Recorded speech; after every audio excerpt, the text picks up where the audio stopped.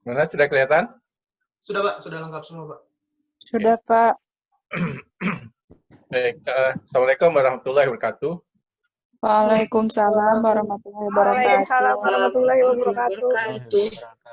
Baik, hari ini ya, nanti dalam 2 pertemuan ini kita akan membahas mengenai masalah sampling ya, penarikan contoh di sini. Jadi 2, paling tidak mungkin hari ini target terkait dengan non-probability sampling ya, kemudian berikutnya probability sampling gitu ya. Dan ini yang tugas di action research itu gitu ya. Terus saja nanti dikumpulkan setelah ini baru di terakhirnya gitu ya, artinya lengkap gitu nantinya gitu kan. Termasuk yang saya share tadi pagi itu terkait dengan behavior economic sudah dilihat belum? Yang Belum saya kirim beres, itu Pak. belum. Oke, nanti lihat karena itu akan membantu juga itu ya. Membantu misalkan dengan edge teorinya gitu ya, seperti itu. Itu untuk melengkapi saja Bang. Baik. Nah, hari ini kita membahas mengenai sampling ya, sampling method ya. Kenapa kita memilih sampling ya? Karena memang di dalam penelitian ya, seringkali kita punya kendala resource ya, sumber daya, termasuk misalkan saja biaya kita terbatas ya. Waktu pun juga bisa terbatas gitu kan. Gitu juga sumber daya lainnya. Kadang-kadang kita mengambil sampel itu cukup banyak ya, atau penelitiannya cukup banyak ya. Jadi misalkan saja pernah saya diminta mau menduga bagaimana capaian standar pelayanan minimum sekolah dasar dan sekolah menengah pertama SMP gitu. Dan itu seluruh Indonesia gitu. Kan itu tentu saja membutuhkan resource yang besar gitu ya, sehingga harus mengambil sampel gitu ya. Oke. Termasuk juga misalkan Anda terkait ini misalkan berapa persen sih yang kena dampak misalkan. Nggak apa-apa di dalam nanti laporan Anda misalkan berapa persen nih mau menduga dengan adanya wabah COVID-19 ini berapa persen yang kena dampak ini. Baik yang sudah punya kerjaan maupun yang belum dapat kerjaan. Misalkan, ya. Oke. Kedua, kasus pengukuran, kalau kita mengukur suatu variabel misalkan, ya, itu seringkali bisa bersifat merusak dari objek itu sendiri ya. Contoh misalkan, Anda mau mengkaji misalkan kualitas dari mie instan misalkan tadi ya. Nah kalau mie instan ini kita amati misalkan kualitasnya misalkan ya, kita buka ya mie instan itu kan nggak bisa dijual lagi kan gitu ya. Sehingga nggak mungkin kita mengamati misalkan kualitas mie instan buatan Indofood itu kita amati semuanya. Kalau semuanya berarti nggak ada yang dijual gitu kan. Jadi kadang-kala di dalam kajian apapun, seringkali ketika kita mengukur suatu objek, itu bisa merusak nilai objek itu sendiri, gitu ya. Oke. Sehingga memang harus perlu sampling. Kemudian di samping itu, seringkali di dalam social science, dalam penelitian, ya, selain sampling error, ya, kita juga seringkali berhadapan dengan non-sampling error. Ya. Jadi kesalahan dari faktor non-sampling, misalnya, akibat wawancara gitu. Makin banyak kita wawancara pun makin capek misalkan kan. Kemudian kuesioner yang tidak jelas, ya responden yang mungkin kurang berpendidikan sehingga agak sulit ya dan itu perlu waktu akhirnya ketika kita berhubungan dengan responden. Termasuk juga rekapitulasi data. Tapi yang penting itu sampling apapun yang Anda gunakan baik non probability maupun probability sampling, yang penting sampel kita harus representatif, yaitu mewakili. Jadi poinnya itu ya, metode apapun yang kita gunakan, tergantung kendala, yang penting populasi itu harus apa? Sampel itu harus mewakili atau representasi daripada populasi. Itu poinnya. Ya. Jadi tidak harus menggunakan probability sampling, bisa juga non-probability sampling.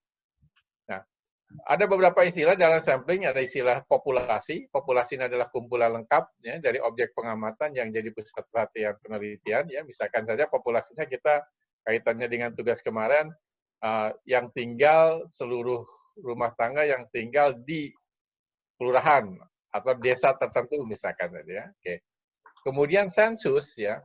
Sensus ini adalah proses investigasinya. Jadi kalau proses investigasinya ini sensus itu nanti kaitannya dengan masalah apa? Perbedaan sensus dengan apa? Samplingnya.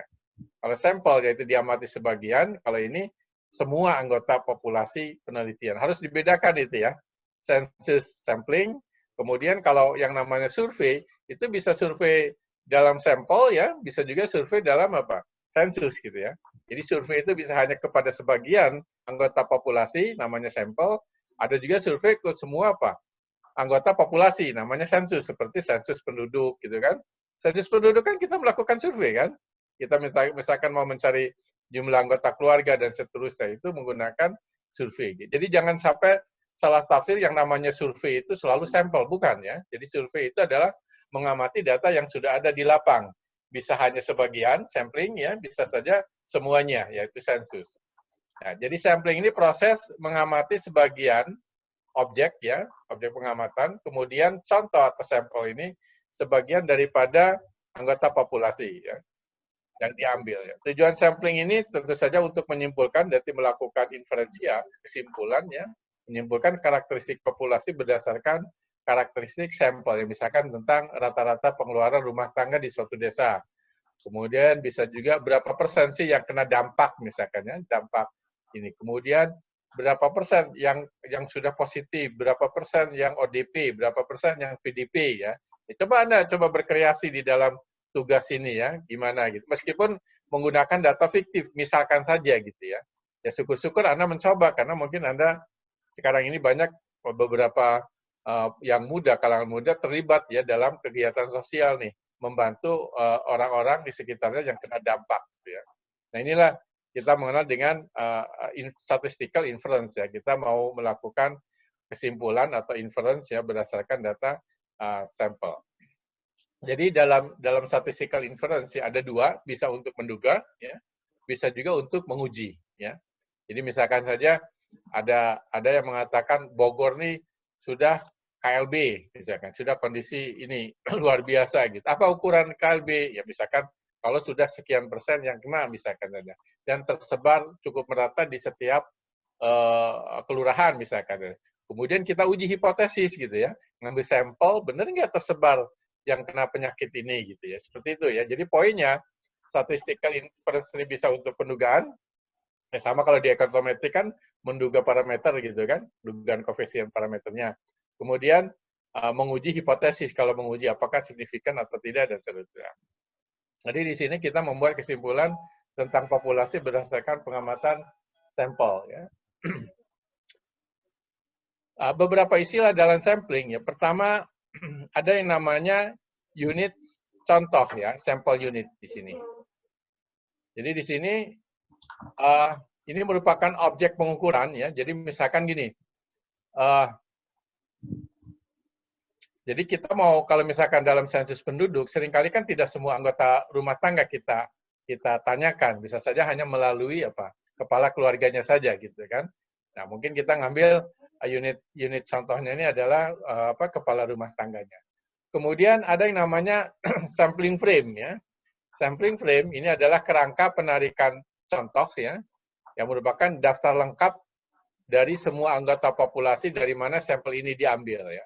Jadi misalkan gini, Anda mau mengambil sampel rumah tangga. Dari mana itu daftar rumah tangga yang lengkap nih? Bisa saja dari daftar anggota keluarga, kartu anggota keluarga yang ada di kelurahan misalkan. Atau bisa saja di kelurahan sudah punya daftar lengkapnya gitu ya dalam digital file, misalkan dalam Excel. Nah, itulah yang namanya kerangka penarikan contoh sampling frame. Jadi kita mengambilnya berdasarkan apa? Sampling frame itu ya, misalkan di situ ada penduduk, misalkan kelurahan Bogor Utara, misalkan ada 4.000 rumah tangga, misalkan. Nah, dari 4.000 rumah tangga ini, misalkan kita mau ngambil sampel 100 rumah tangga, misalnya. Jadi daftar 4.000-nya itu ada di apa? Di komputer, ya. Jadi Anda tidak perlu mengambil sampel itu, Anda membayangkannya seperti arisan, gitu ya. Kalau arisan sih sedikit gitu, tapi ini kan banyak gitu sampelnya, populasinya. Kemudian ada juga namanya sampling unit ya. Jadi ini elemen sebentar ini kok kurang harus di ini dulu ya.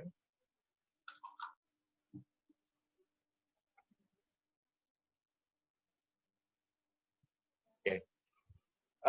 Jadi bedanya kadang-kala dalam penelitian itu sama yang namanya sampling unit dengan elementary unit gitu ya. Tapi dalam konteks tertentu misalkan katakanlah sensus ya, itu kita mengambilnya rumah tangga gitu ya.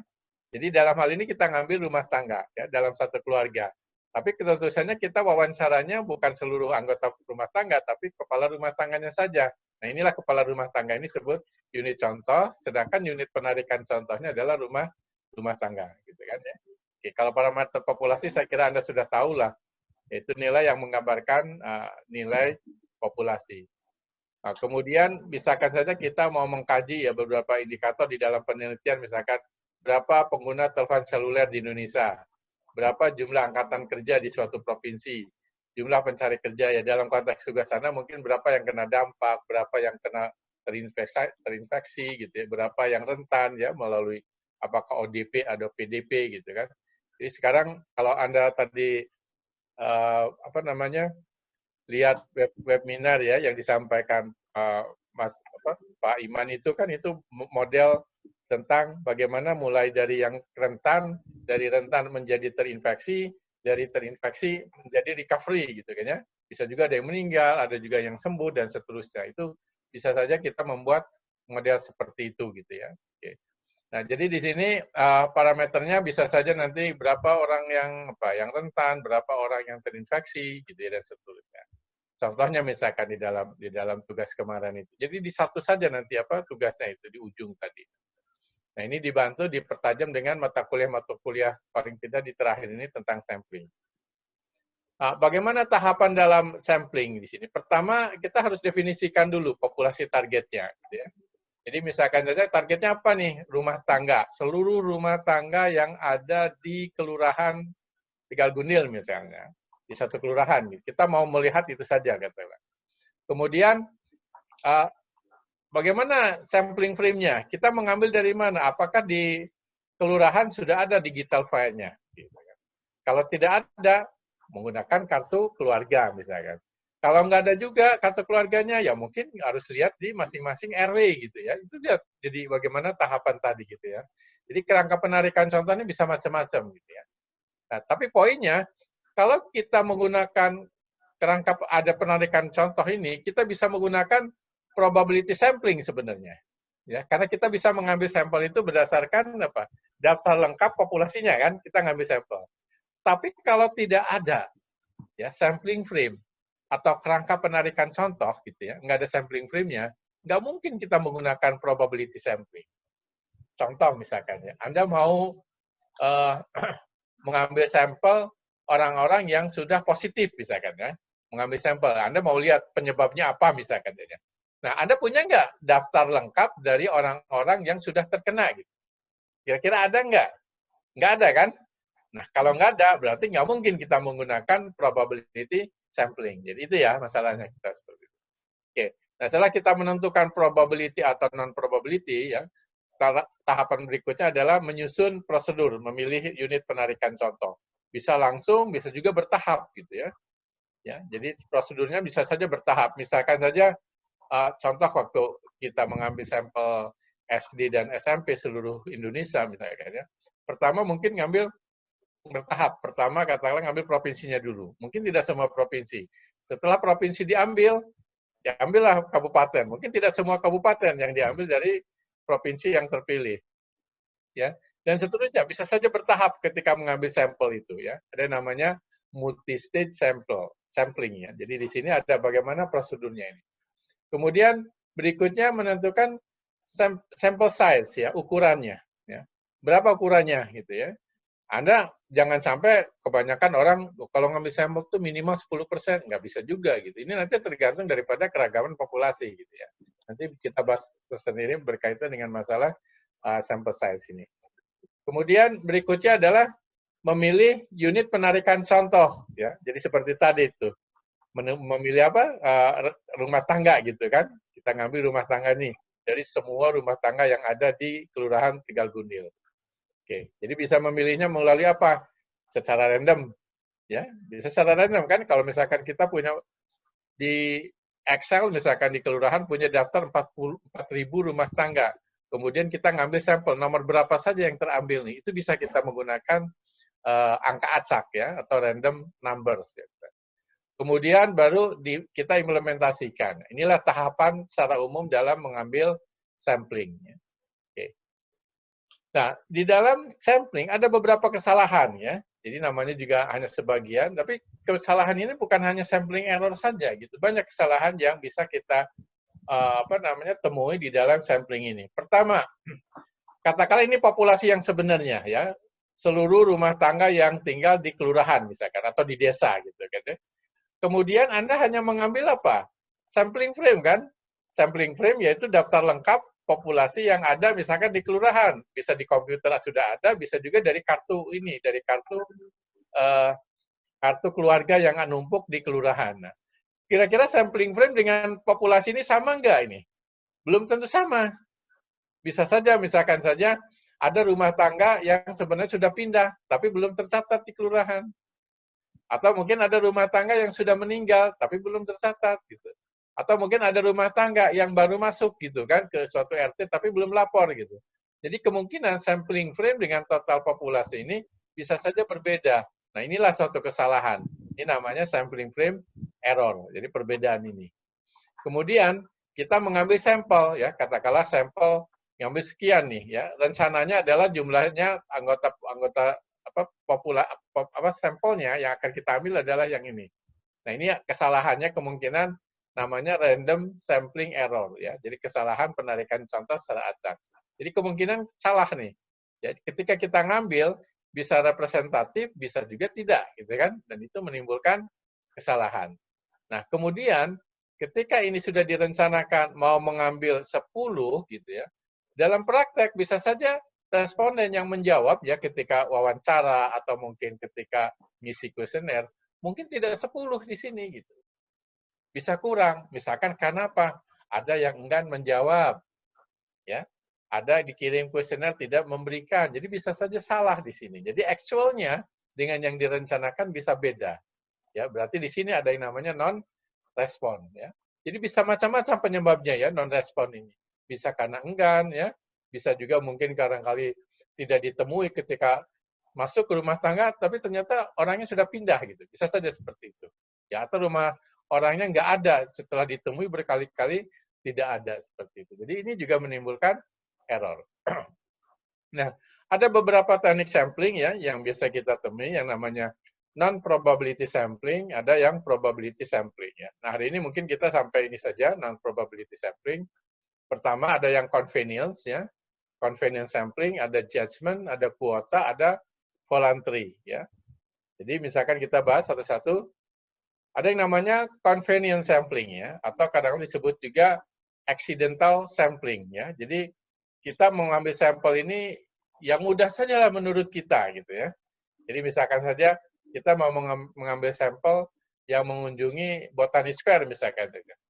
Kemudian ada yang datang ke Botani Square, ada yang ngambil sampel yang ada saja. Gitu ya. Jadi kalau Anda lihat di beberapa TV swasta seringkali ada wawancara langsung ketemunya aja kan si pewawancara di TV itu. Nah ini namanya accidental atau convenience sampling atau juga besar sampling gitu ya. Jadi ini memang sangat mudah, biayanya juga kecil gitu ya. Tapi apakah di sini representatif atau tidak? Ya nanti kita melihat dari hasilnya itu sebenarnya. Ya. Jadi bisa saja kita menggunakan accidental atau convenience sampling. Ya. Jadi contoh ini dilakukan karena kita tidak mempunyai sampling frame. Coba misalkan saja Anda mau mengambil sampel atau responden yang pengunjung Botani Square. Anda punya nggak sampel populasi yang mengunjungi Botani Square? Kan nggak ada, ya, tidak mempunyai sampling frame sehingga kita menggunakan non-probability sampling, gitu ya, atau penarikan contoh tanpa peluang. Yang kedua yaitu berkaitan dengan purposive sampling. Ini sering yang digunakan, ya, banyak orang menggunakan purposive sampling. Karena juga disebut judgmental sampling. Ya. Jadi ini biasanya dilakukan oleh peneliti yang berpengalaman berdasarkan pertimbangannya tentang beberapa karakteristik yang cocok berkaitan dengan anggota sampel yang diperlukan untuk menjawab tujuan penelitian. Misalnya, katakanlah orang BPS mau menduga tingkat harga umum ya, berdasarkan indeks harga konsumen yang digunakan untuk memprediksi tingkat inflasi. Nah, berdasarkan pertimbangan-pertimbangan tertentu ya, atau dengan tujuan tertentu, bagaimana pemilihan komoditi dan kotanya, gitu kan? Nah, mungkin barangkali kalau sudah pengalaman BPS, mungkin tidak semua kota nih. Ya. Jadi BPS ini dulu waktu ngambil sampel untuk menghitung indeks harga konsumen atau dulu survei biaya hidup, itu nggak semua tuh, paling dulu hanya kota-kota besar, sekitar 60-an kota besar. Gitu. Sekarang bertambah sih ya, tapi tidak semua daerah, tidak semua kabupaten kota diambil sampel oleh responden untuk menghitung indeks harga konsumen. Ya, jadi ini adalah berdasarkan apa? Pertimbangan. Ya, tentu saja pertimbangan ini bisa dilakukan kalau orang itu sudah berpengalaman gitu. Tapi kalau tidak ya agak susah. Bisa saja kita salah ya sehingga sampel kita tidak representatif. Kemudian yang kedua ada yang namanya kuota sampling ya. Di sini prosedur dengan mengklasifikasikan populasi berdasarkan kriteria-kriteria tertentu ya. Kemudian menentukan proporsi atau kuota sampel dari masing-masing klasifikasi tersebut. Ya. Misalnya, kita mau mengambil sampel ya responden yang pengunjung Botani Square misalkan. Nah, kita mau mengambil sampel ini katakanlah perempuan 50%, laki-laki 50%. Ya, sudah dikotakan gitu ya. Kalau misalkan Anda mengambil sampel ini 30 ya, kemudian ternyata yang laki-laki ini sudah 15 orang, kemudian ada lagi pengunjung, ketemu laki-laki, yang nggak usah diambil karena sudah kuotanya sudah tercakup gitu ya. Jadi di sini namanya kuota sampling. Sudah ditentukan dari awal berapa untuk kriteria katakan jenis kelaminnya laki-laki berapa, perempuan yang berapa. Jadi dipilih untuk memastikan bahwa berapa karakteristik populasi terwakili dalam sampel yang akan terpilih ya. Jadi misalkan aja ya kalau di penduduk ini misalkan perempuan dan laki-laki sama, berarti jumlah sampel perempuan dan laki-laki harus sama. Ya, kemudian ternyata apa namanya yang sudah berumur dan belum berumur ini katakanlah sama gitu. Oh berarti harus sampelnya juga sama, misalnya secara proporsional seperti itu. Nah, tujuan teknik sampling ini sebenarnya nanti akan sama ya, nanti kita bahas terkait dengan masalah stratified sampling ya. Jadi suatu teknik penarikan contoh berpeluang. Tapi sekali lagi kita bisa menggunakan stratified sampling itu kalau punya sampling frame-nya gitu ya. Kalau punya sampling frame-nya gitu. Oke. Kemudian ada juga yang namanya voluntary sampling ya. Ini mengambil sampel berdasarkan kesukarelaan, sesuai namanya voluntary, kesukarelaan dari sampelnya atau respondennya. Nah, ini sering digunakan dalam polling pendapat ya, seperti yang banyak dilakukan oleh berbagai stasiun TV ya. Begitu juga dengan kuesioner yang dikirim via pos ya. Jadi misalkan kadang-kala di TV itu kan ditanyakan pemirsa gitu. Apakah Anda setuju dengan kebijakan pemerintah ini gitu kan? Kemudian Anda sebagai penontonnya akan memberikan jawaban entah lewat SMS dan seterusnya gitu ya. Jadi kita menjawab sesuai pertanyaan yang ada di TV misalnya, kita jawabnya. Nah, penggunaan teknik ini dapat menghasilkan respon yang bias sebenarnya. Karena di sini kalau misalkan Anda mengambil sampel berdasarkan nanti yang jawab melalui TV misalkan gitu ya. Sebenarnya populasinya apa nih? Populasinya kan tidak seluruh pemirsa yang ada di Indonesia kan, populasinya adalah yang sedang nonton. Kalau yang nggak sedang nonton, nggak mungkin dia memberikan respon. Ya, jadi nanti katakanlah misalkan di dalam ujian, populasinya apa nih target populasinya? Dalam konteks ini adalah populasinya seluruh pemirsa yang sedang nonton acara tersebut. Bukan seluruh pemirsa ya, seringkali salah nih. Dulu pernah ada suatu acara yang barangkali masyarakat kurang suka ya, kontroversial misalkan ya.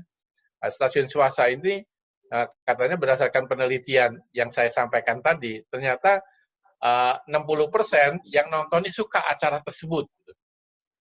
Nah, apakah benar itu 60% pemirsa yang suka? Ya pasti yang nonton pasti kan yang suka gitu kan.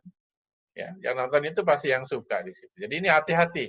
Ini kesimpulannya bisa bias ya kalau voluntary sampling ini, sehingga barangkali nanti ketika ditanyakan harus ditanya juga kira-kira keterangan yang lain ya untuk mempertajam hasil penelitian kita.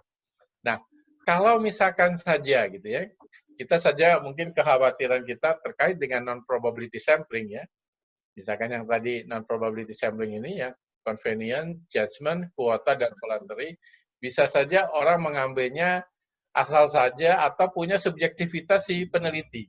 Bisa saja kan? Ya, bisa saja orang mengambil sampel yang ini nih supaya jawabnya sesuai ekspektasi peneliti atau sesuai pesanan yang memberikan biaya gitu ya, yang berikan dana penelitian gitu ya. Kan bisa saja seperti itu. Gitu.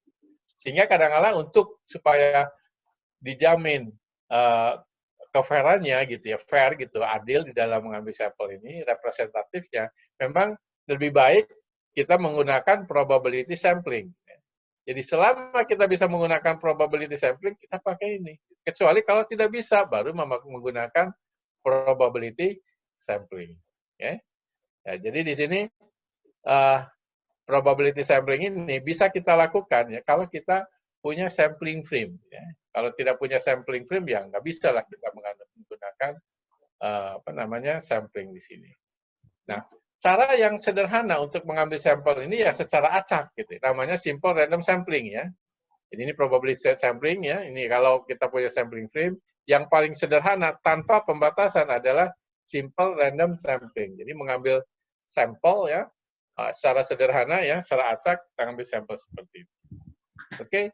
Barangkali mungkin itu saja dulu ya, karena tadi janjinya kan sampai non probability sampling ya. Kalau ada pertanyaan silahkan. Kebetulan saya tadi habis acara dari jam 10 tadi lumayan juga effortnya gitu ya, tenaganya gitu. Ada pertanyaan? Pak, permisi saya mau nanya. Boleh? Yaudah, Mas Amin aja dulu. Mbak Nengsi dulu aja, nggak apa-apa. Silakan Nasi. Gini Pak, kan pas S1 dulu ada yang namanya snowball sampling ya Pak. Nah, Ya, itu kan masuk ke non-probability sampling. Nah, di situ kan ada nggak sih Pak batasan-batasan seberapa banyak jumlah yang harus diambil kan karena kita kan tahu informasi satu sampel itu dari sampel pertama ke sampel lainnya gitu Pak. Oke. Jadi ini kita menggunakan snowball sampling ini kalau sekali lagi itu pasti tidak mempunyai sampling frame, tidak mempunyai daftar lengkap dari suaranya kok genaming. Yang lain bisa dimatiin dulu nih. Yang lain bisa dimatiin. Suaranya. Jadi gini, contoh misalkan ya, Anda mau mengamati orang yang kena misalkan kena yang langka ya, misalkan saja, tapi dia punya pengelompok, punya perkumpulan ya, misalkan saja LGBT kan biasanya dia punya geng lah ya, punya geng yang katakanlah LGBT itu gitu kan. Tapi kita sebagai peneliti kadang-kadang nggak tahu nih, ya nggak tahu berapa daftar lengkapnya gitu ya. Tapi sekali tahu misalkan kita mengambil sampel, dapat nih. Nah dari situ Anda kejar, bisa saja dia akan menjelaskan ya bahwa yang anggota LGBT ini ada tinggalnya di sini gitu. Jadi dari 1 bisa menjadi 2, 3, 4. Nah itulah yang kita kenal dengan snowball gitu. Jadi seperti efek bola salju gitu kan. Snowball itu kan seperti bola salju gitu. Jadi kita ngambil sampel, sudah ini langsung yang lain bisa juga dapat gitu. Atau pernah waktu saya ada kerjaan di Papua gitu ya, ada orang FISIP dari UI gitu, dia mengambil penelitian itu respondennya adalah PSK ya, PSK gitu di sana. Nah bagaimana kita mengambil sampel? Punya nggak daftar PSK gitu kan? Kan susah di situ kan. Nah tapi ketika dia mengambil ada ketemu suatu responden ini ada PSK misalkan ya, dari situ dia akan diberitahukan, teman-temannya tuh ada tinggal di sini gitu. Itulah namanya snowball gitu ya. Jadi biasanya ini kita mengambil snowball itu yang benar-benar informasi terkait dengan populasi itu sangat langka gitu. Itulah biasanya kita menerapkan snowball sampling gitu seperti itu. Oke? Pak, untuk batasan jumlahnya itu sendiri tidak terbatas ya Pak. Jadi semakin banyak kita dapat informasi dari responden ya, kita bisa nambah terus respondennya ya Pak. Oke. Nah, nanti kita sebenarnya di bagian terakhir kita jelaskan ya. Kamu baca di bagian ukuran sampel ya, ukuran sampel. Nah, ukuran sampel ya itu tergantung daripada ragam ya atau varians daripada populasi. Ya.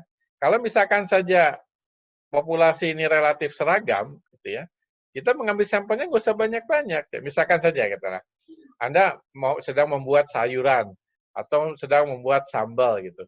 Kemudian tentu saja kan ini sudah homogen kan ya sayuran ini. Kalau kita mengambil sampel, apakah perlu sampai 10%?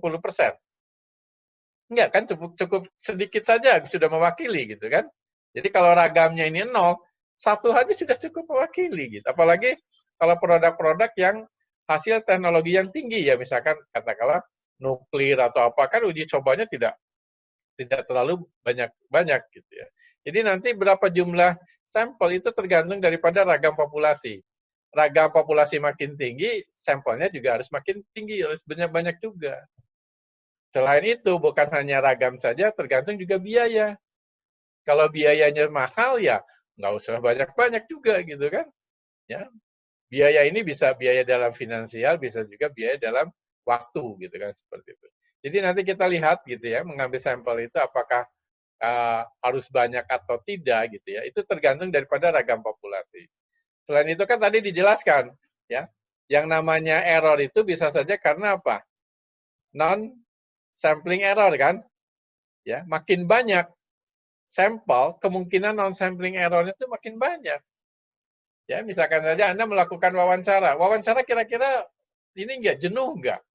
Mungkin untuk satu responden, dua responden nggak jenuh, tapi kalau makin banyak, makin jenuh kan? Nah, itulah akan menghasilkan non-sampling error. Misalkan saja responden enggan menjawab, ya, dan seterusnya seperti itu. Jadi begitu, nanti tergantung daripada, tentu saja sampel makin banyak makin bagus, tapi kan makin mahal. Dan nanti akan punya konsekuensi sendiri gitu. Kalau sampelnya makin banyak, maka ragam dugaannya makin kecil ya, sehingga makin akurat dugaan kita gitu. Jadi ke sana arahnya ya. Oke. Silahkan ada lagi.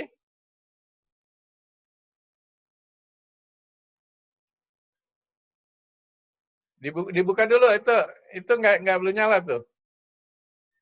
Halo Pak, ya Pak. Ya. Ini berkaitan dengan pernyataan mengenai sampel yang merepresentasikan populasi.